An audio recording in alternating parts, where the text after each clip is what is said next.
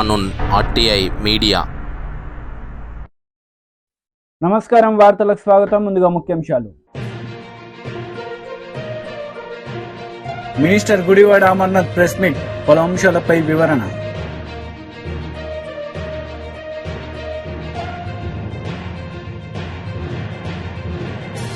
TDP MLC Ashok బాబు media సమావేశం, YCP నేతలపై fire.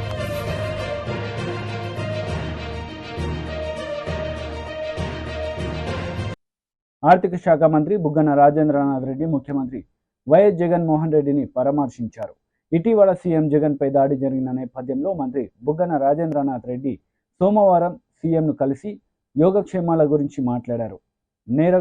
కేసరపల్లిలో ముఖ్యమంత్రి బస చేసిన ప్రాంగణంలో సమావేశమై ముఖ్యమంత్రి ఆరోగ్య పరిస్థితి గురించి స్వయంగా అడిగి తెలుసుకున్నారు.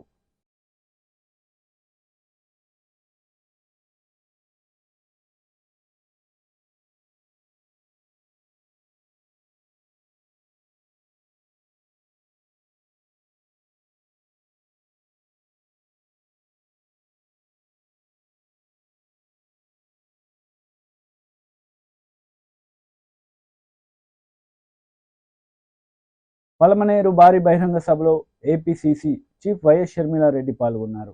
ఈ సందర్భంగా పలు అంశాలపై ఆమె మాట్లాడారు.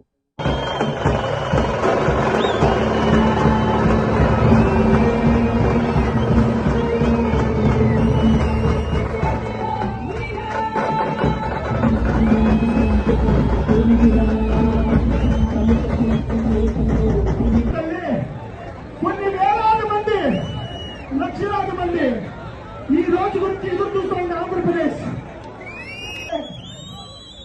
ఇక్కడున్న వాళ్ళందరూ కాంగ్రెస్ లో ఉన్న వాళ్ళే. కొంతమంది వైఎస్ఆర్సీపీకి పోయినారు, కొంతమంది టీడీపీ పోయినారు.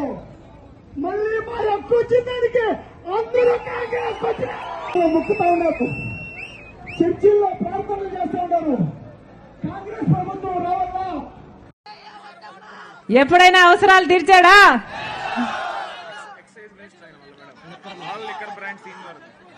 ఎక్సైజ్ మినిస్టర్ అట కదా. ఎక్సైజ్ మినిస్టర్ అంటే ఏమిటో తెలుసా? Liquor bottle మంత్రట.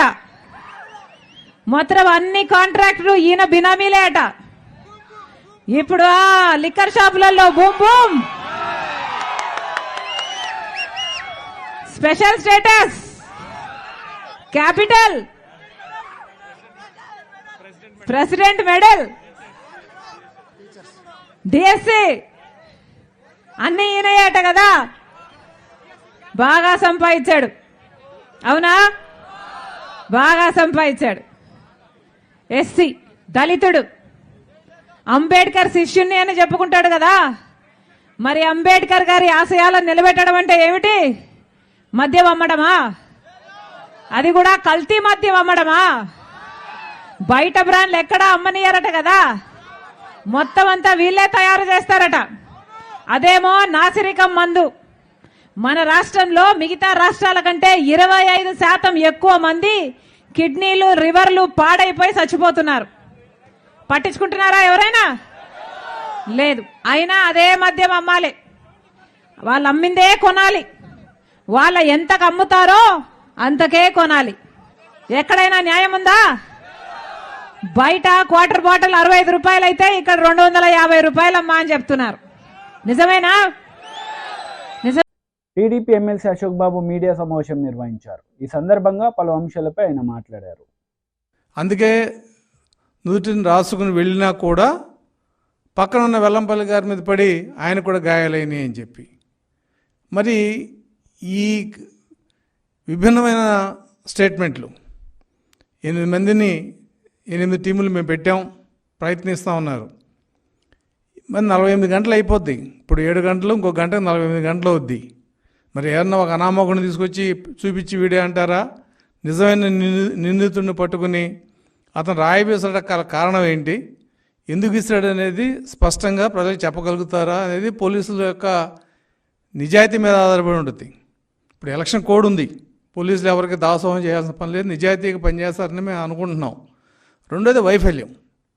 కరెంటు తీసేశారు, చెట్లు నరికేశారు, ఎక్కడికి వెళ్ళినా ముఖ్యమంత్రి చెట్లు నరకడం, తీగలు కట్ చేయటం, ఇదంతా సెక్యూరిటీలో ఒక భాగం అంటున్నారు. నిజంగా సెక్యూరిటీలో ఒక భాగం అవుతే నువ్వు సీఎం నడిచే దారిలో ప్రతి బిల్డింగ్ మీద కనీసం ఒక కానిస్టేబుల్ అన్నా పెట్టాలి. నువ్వు 1400 మందిని 22 కిలోమీటర్లో పెట్టానంటున్నావు. 14 మందిలో పక్కన ఉన్న బిల్డింగ్స్ మించి ఇటువంటి థ్రెట్ ఉంటుందనే కదా నువ్వు చెట్లు వైర్లు పీకేసింది. అయినప్పుడు ఎందుకు పెట్టలేకపోయావు? ఒక బిల్డింగ్ మీద ఒక కానిస్టేబుల్ అన్నా సీఎం గారు ముందుకు వెళ్ళిపోతే వాళ్ళు దిగి వచ్చేస్తారు. చెట్లు నరికిస్తున్నావు, కరెంటు తీగలు కట్ చేస్తున్నారు. కరెంటు లేనప్పుడు సీఎంకి ఎటువంటి సెక్యూరిటీ ఉండాలి?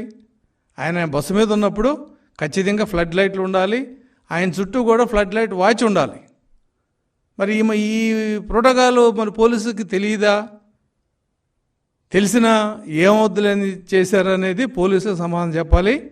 ఇవాళ ఆయన పెట్టిన ప్రెస్ కాన్ఫరెన్స్ చూస్తే మట్టుకి ఈ స్క్రిప్టు ఆయన సొంతం కాదు, తాడేపల్లి నుంచి వచ్చిందనేది స్పష్టంగా కనపడుతుంది. రెండోది హత్యాయత్నం. నిన్న కొన్ని మీడియాల్లో, వైసీపీకి సంబంధించిన మీడియాలో హత్యాయత్నం, ముఖ్యమంత్రి మీద హత్యాయత్నం. ఈ రాయితో ముఖ్యమంత్రిని చంపొచ్చు అని కనుక పోలీసు వ్యవస్థ నమ్మితే చంద్రబాబు నాయుడు గారు విసిన రాయి ఆ రోజు పక్కన సిఎస్ఓ మీద తగిలి గాయమైంది. అది హత్యా ప్రయత్నం కాదా? ఏ సెక్షన్ పెట్టారప్పుడు? ఆ కేసు ఏమైంది? మరి డీజీ సమాధానం చెప్పాలి కదా దీనికి. ఇవాళ ముఖ్యమంత్రి మీద జరిగిన రాయిదే హత్యా ప్రయత్నం అనుకుంటే ఆ రోజు చంద్రబాబు నాయుడు గారి మీద జరిగిన రాళ్ల దాడిని హత్యా ప్రయత్నం కాదా? అప్పుడు ఏ సెక్షన్ పెట్టారో ఆ కేసు ఏమైంది? కాబట్టి ఇటువంటి చీప్ పాలిటిక్స్ మరి వైసీపీకి అలవాటు, అందుట్లో భాగం. ఇవాళ ప్రజలు నమ్మట్లా ఇది. ఇంకొక విషయం ఏంటంటే 8 గంటల 4 నిమిషాలకి రాయితో దాడి జరిగింది. వెల్లంపల్లి గారికి గాయమైంది, ముఖ్యమంత్రికి గాయమైంది. ఈయన గవర్నమెంట్ హాస్పిటల్లో 11 గంటలకు వెళ్ళాడు. అంటే ఆ గాయంతోనే ఆయన ఈ బస్సు యాత్ర సాగించి ముగిసే టయానికి గవర్నమెంట్ హాస్పిటల్కి వెళ్ళడం జరిగింది. ఇక్కడ నేను ముఖ్యమంత్రిని ఒకటి అడుగుతున్నా, ఆ రోజున ఎయిర్పోర్ట్లో నువ్వు కోడెకత్తి కేసులో ఈ పోలీసు వ్యవస్థ మీద, ఈ హాస్పిటల్స్ మీద నమ్మకం అని చెప్పి ఫ్లైట్కి హైదరాబాద్లో చేయించుకున్నావు నువ్వు ట్రీట్మెంట్. మరి వాళ్ళ గవర్నమెంట్ హాస్పిటల్ రావడం అర్థం ఏంటి? అది కూడా 3 గంటల తర్వాత. అదేదో పెద్ద సర్జరీ జరిగినట్టు దానికి ఒక మీడియా కవరేజ్ ఇచ్చి మరి ఈ రకమైన పబ్లిసిటీ ఎందుకు చేసుకోవాలి? సింపతి కోసమా? ప్రజలు మోసం చేయటమా? అంటే ముఖ్యమంత్రికి ఇటువంటి సంఘటన జరగడం దురదృష్టం. అలాగే ప్రతిపక్ష నాయకుడి మీద జరిగినప్పుడు ఈ విధంగా పోలీసు వ్యవస్థ ఎందుకు స్పందించలేదు? ఇది రాజకీయం కాదా? దీన్ని ఏమంటారు? అసలు పోలీసు వ్యవస్థకి సిగ్గుందా? నువ్వు 1400 మంది పోలీసులు పెట్టి ఎవరో ఒక ఆకతాయో లేకపోతే ఒక కావాలనో లేదంటే ఇంకొక ఎవడో ఒక రాయి విసిరితే నువ్వు ఇవాళ చెప్పిన సమాధానాలు your unfit as to be commissioner of the police. 8 బృందాలు పంపించాం, దర్యాప్తు చేస్తున్నాం, 48 గంటలైంది. ఇంకా గట్టిగా ప్రతిపక్షాలు కానీ ప్రజలు కానీ గోల పెడితే ఎవడో ఒక అమ్మాయిని తీసుకొచ్చి చూపించి వీడియో వేసిందని చెప్పి వాడిని బ్లాక్ అండ్ బ్లూ కొట్టి ఆ కోడికత్తి శ్రీనివాస్ పరిస్థితి ఇచ్చే అవకాశం కూడా ఉంది. కాబట్టి ఈ రాష్ట్రంలో పోలీసు వ్యవస్థ ఎంత వైఫల్యం అనేది ఇవాళ ఈ సంఘటనలో తెలుస్తుంది. అలాగే వైసీపీ వాళ్ళు కూడా పచ్చి రాజకీయం, దిగజారిన రాజకీయాలు. నేను ఒకటి అడుగుతున్న వైసీపీ నాయకులంతా, చంద్రబాబు నాయుడు గారి మీద జరిగిన రాళ్ల దాడికి ఏ సెక్షన్ పెట్టారో ఆ కేసు ఏమైంది? ఇవాళ వెల్లపల్లి శ్రీనివాసరావు గారు ఇచ్చిన కంప్లైంట్ మీద కేసు పెడతారు. దీని మీద పూర్తి ఎంక్వైరీ అయ్యేటప్పటికి ఎలక్షన్ అయిపోద్ది. అంటే ఈ లోపు ఎవరినో ఒకరిని బలి చేయటం. ఇవాళ ముఖ్యమంత్రి గారి మీద సానుభూతి వస్తుందా? హత్యా ప్రయత్నం జరిగిందా? ఇవన్నీ ప్రజలు ఎవరు ఆలోచించట్లా. ఎందుకంటే ముఖ్యమంత్రి నిజాయితీ ఆ రోజున విశాఖపట్నంలో జరిగిన కోడికత్తి కేసులోనే ఇవాళ వరకు నిందితుడికి బెయిల్ రాకుండా చేసిన వ్యక్తి జగన్మోహన్ రెడ్డి. కాబట్టి రాజకీయాల్లో రాజకీయం చేయొచ్చు కానీ.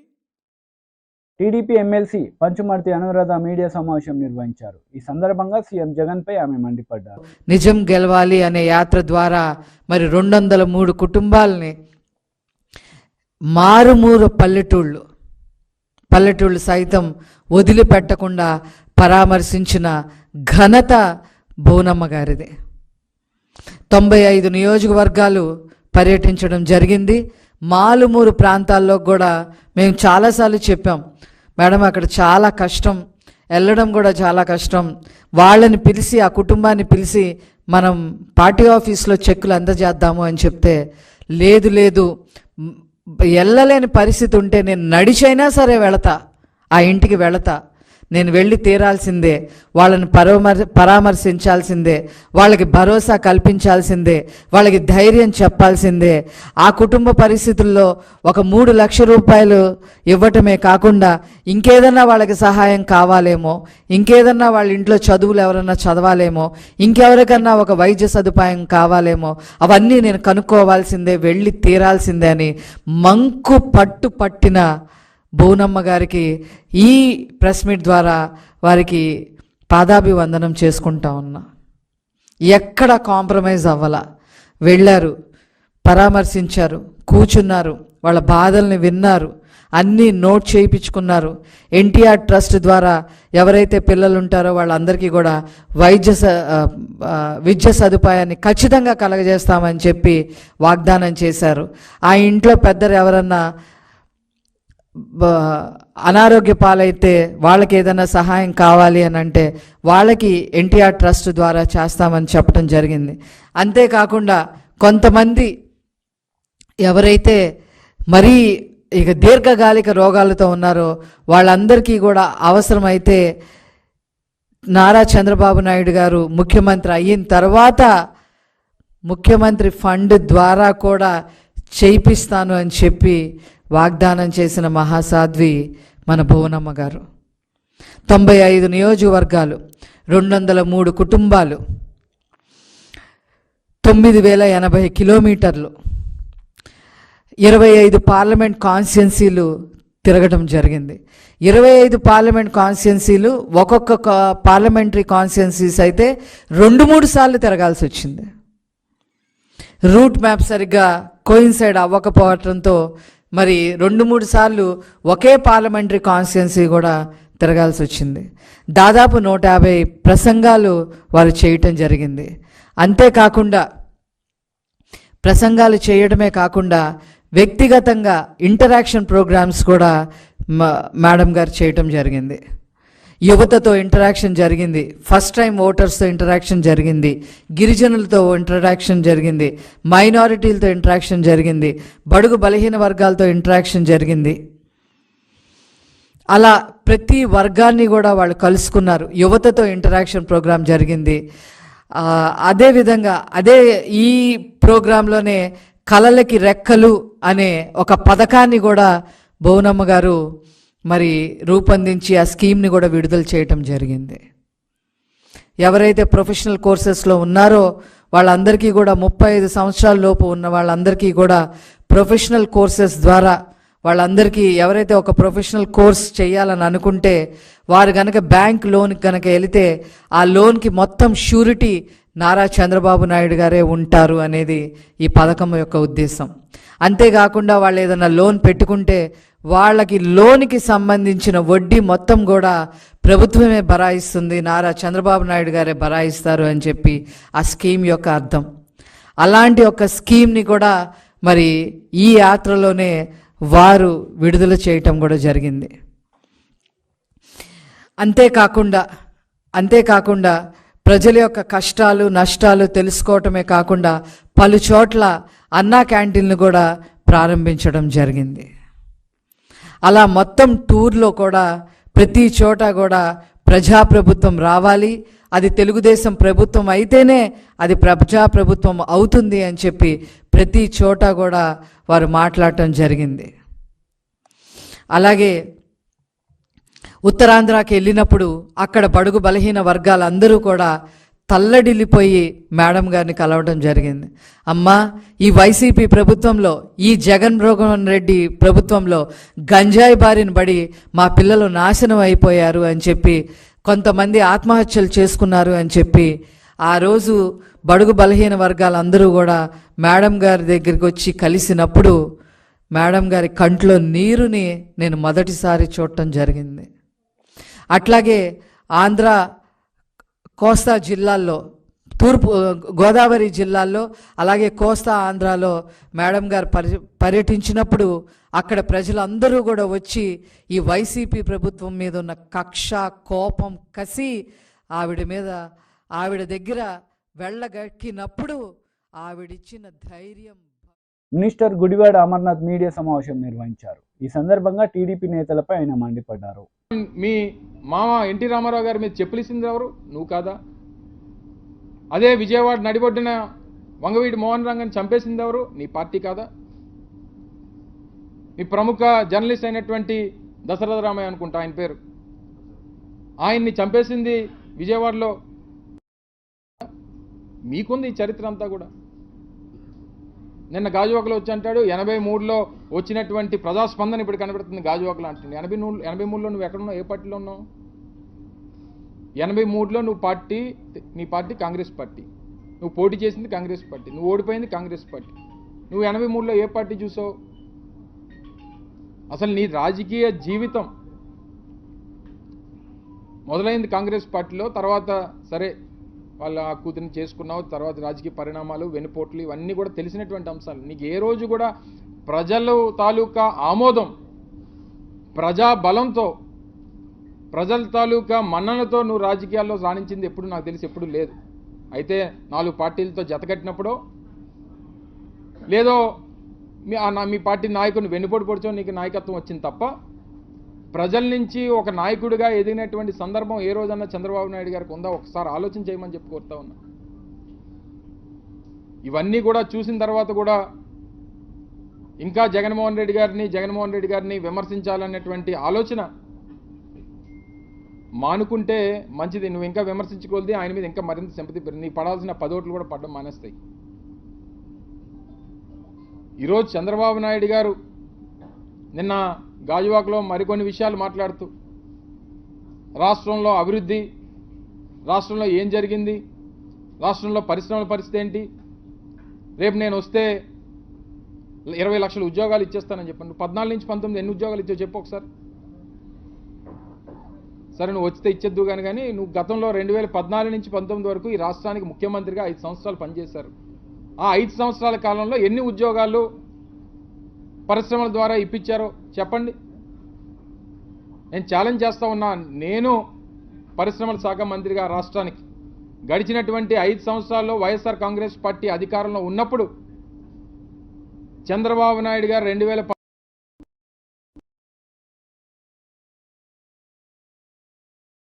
కాంగ్రెస్ పార్టీ ఎక్కువ ఇచ్చింది, 3 రెట్లు ఎక్కువ పెట్టుబడులు తీసుకొచ్చింది ఆంధ్రప్రదేశ్ రాష్ట్రానికి.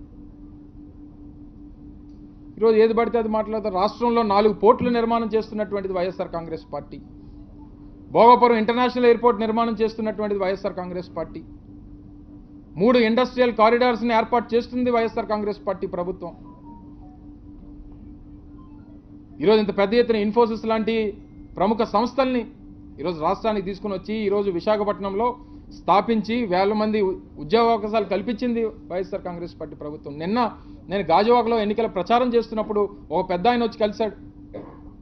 బాబు మీ ప్రభుత్వం దయ వల్ల నా కూతురు బెంగళూరులో ఉండేది, ఇన్ఫోసిస్ విశాఖపట్నం రావడం వల్ల నా కూతురు ఈరోజు విశాఖపట్నంలో పనిచేస్తుంది, మా ఇంటి దగ్గర నుంచి ఈరోజు ఉద్యోగంకి వెళ్తుందని చెప్పి ఒక సందర్భం నాకు ఎదురుపడినటువంటి విషయాన్ని మీ అందరికీ తెలియజేస్తా ఉన్నా.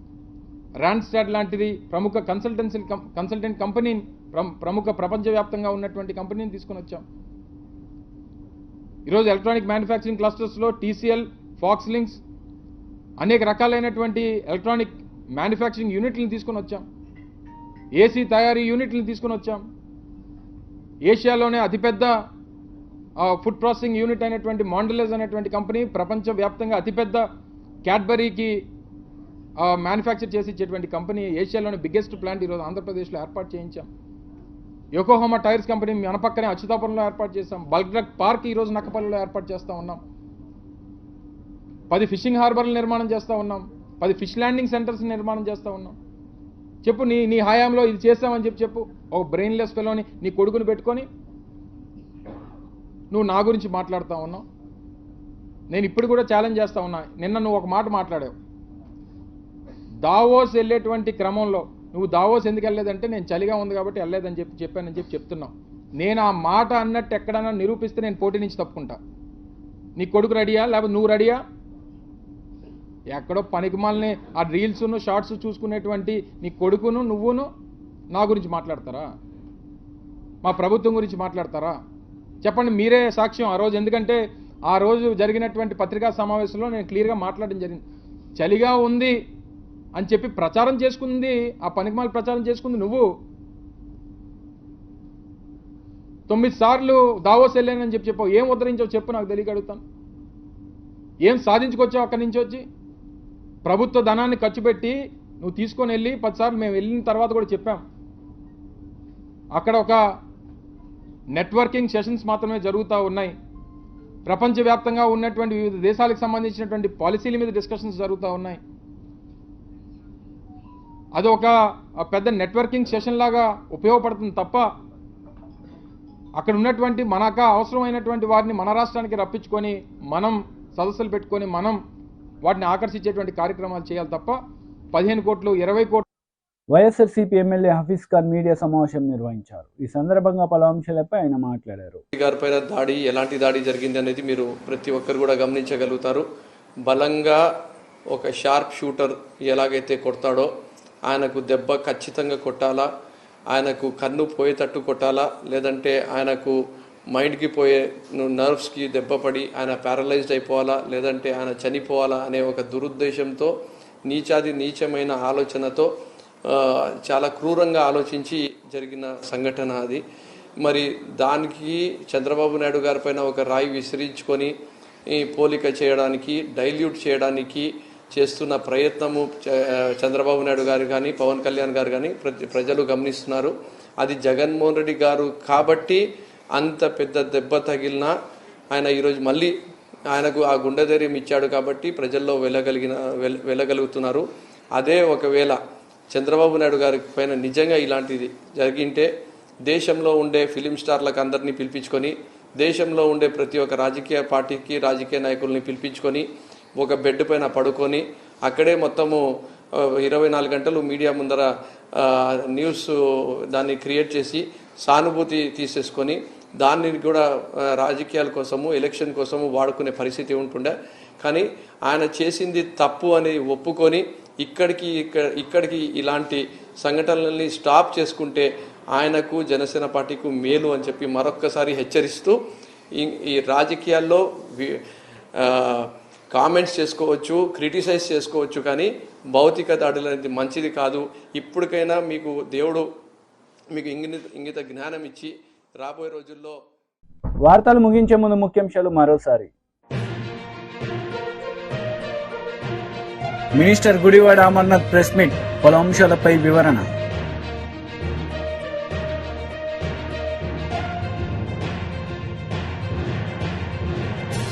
టీడీపీ ఎమ్మెల్సీ అశోక్ బాబు మీడియా సమావేశం, వైసీపీ నేతలపై ఫైర్.